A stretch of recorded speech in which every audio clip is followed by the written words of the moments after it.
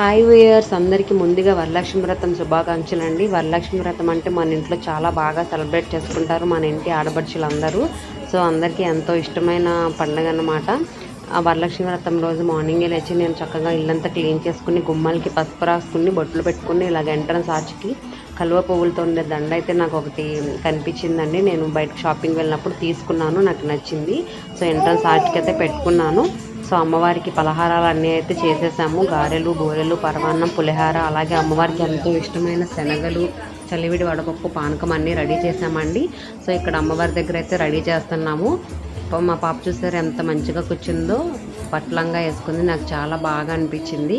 Plus నాకు కూడా పూజ చేసుకోవడం ఇలాగ అమ్మవారిని పెట్టుకుని ఫస్ట్ టైం. నేను ఎప్పుడు పూజ మామూలుగా కలశం పెట్టుకుంటాం కదా, చెమ్ము పెట్టుకుని దాని మీద కొబ్బరికాయ, జాకెట్ ముక్క, అమ్మవారి ప్రతిమ పెట్టుకుని చేసుకుంటాము. బట్ ఫస్ట్ టైం ఇలా నేను అమ్మవారికి శారీ కట్టుకుని ఇలా డెకరేట్ చేసుకున్నానండి. చాలా ఆనందంగా అనిపించింది.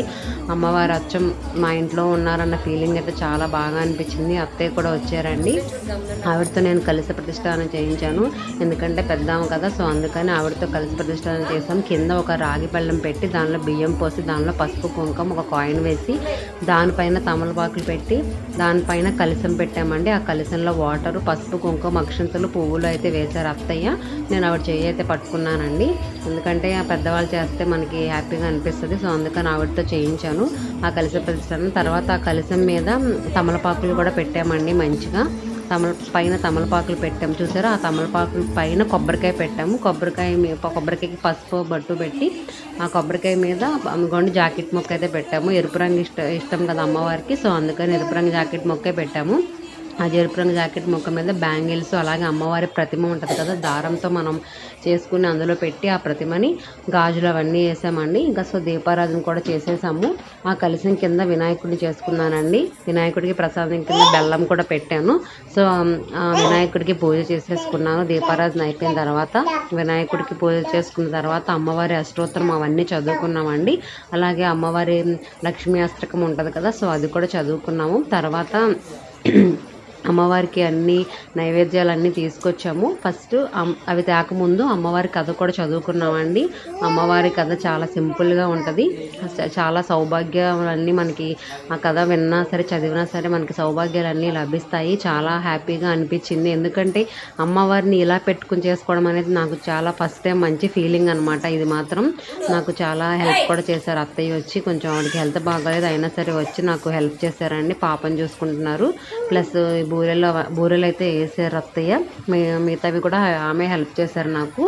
సో అమ్మవారి అంతా రెడీ చేసేసిన తర్వాత అమ్మవారి మొత్తం పూజ అంతా చదువుకున్న తర్వాత కథ చదువుకుంటాం కదా. ఎప్పుడైతే మనం కథ చదువుకుంటాం అప్పుడు అక్షంతలు అయితే చేత్తో పట్టుకోవాలండి.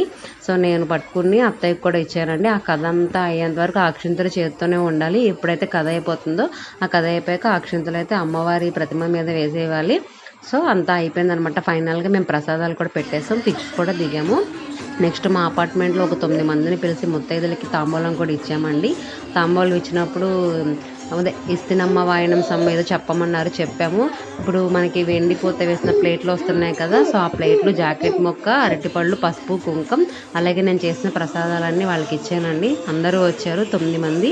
చాలా హ్యాపీగా అనిపించింది. నేను వరలక్ష్మి వ్రతం అయితే ఇలా చేసుకున్నాను మా ఇంట్లో. ఫైనల్గా మా పాపతో పిక్స్ కూడా దిగామండి. సో మా వీడియో అయితే వరలక్ష్మి వ్రతం ఇది. మీ ఇంట్లో మీరేం చేస్తున్నారో కామెంట్ సెక్షన్